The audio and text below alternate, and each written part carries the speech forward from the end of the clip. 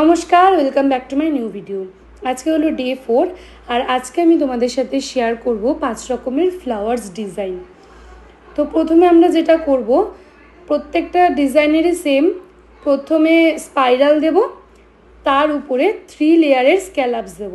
মানে প্রথমে আমরা আড়াই প্যাচের স্পাইরাল দিচ্ছি, তার উপরে 3টে লাইনে আমরা স্ক্যালাপস দেব।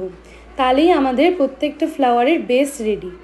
এবার আমরা কি করব, ফ্লাওয়ার্সের চারদিকে ডট দিয়ে দেবো, নিজেদের সুবিধা মতন দিয়ে নেব, বড় বড় করে ডট দিয়ে দেবো, ব্যাস তাহলেই ফার্স্ট ফ্লাওয়ার রেডি। এবার আসি সেকেন্ড ফ্লাওয়ারে। আগের ফার্স্ট ফ্লাওয়ারে আমরা ডট যেভাবে দিয়েছি সেভাবেই এটা অর্ধবৃত্ত আঁকবো, অর্ধবৃত্ত এঁকে ভরাট করে দেবো, তাহলেই আমাদের সেকেন্ড ফ্লাওয়ার রেডি। এবার একটু মন দিয়ে দেখো, কারণ থার্ড ফ্লাওয়ার আর ফোর্থ ফ্লাওয়ারটা অনেকটাই এক মনে হতে পারে, কিন্তু আমি পার্থক্যটা তোমাদের বুঝিয়ে দেবো। আমরা এখানে যে কটা প্যাটেলস দিলাম, প্রত্যেকটা প্যাটেলস একটার সাথে একটা লাগানো। আমরা এভাবেই প্যাটেলসগুলো তৈরি করব।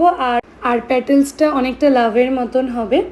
তারপরে ভিতরে আমরা শেড দিয়ে দেবো মেহেন্দি দিয়ে হালকা করে, তারপরে আমরা বর্ডার করে দেবো পুরো ফ্লাওয়ারে, ব্যাস ফ্লাওয়ার রেডি। সেমভাবে আমরা ফোর্থ ফ্লাওয়ারটাও ক্রিয়েট করব, শুধু প্রত্যেকটা পাপড়ির মাঝখানে একটু করে গ্যাপ রাখবো। প্রত্যেকটা পাপড়ির মাঝখানে একটা করে স্ক্যালাপস আমরা ছেড়ে আরেকটা পাপড়ি তৈরি শুরু করব। এইভাবে করব।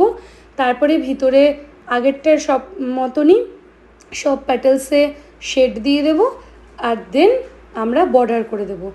লাস্ট অ্যান্ড ফাইনাল ফ্লাওয়ার যেটা, সেটাতে আগের দিন আমি তোমাদের যেভাবে পাতা ড্র করা দেখিয়েছিলাম, একটা করে লাইন্স দেব, ছোট্ট করে দাগ, সেই দাগের যেখানে শেষ হচ্ছে সেখানে বড় করে একটা ডট, এবং মেহেন্দির কোণের মুখটা দিয়ে সেই ডটটা সামনের দিকে একটু টেনে দেবো, ব্যাস তাহলেই ফ্লাওয়ার কমপ্লিট।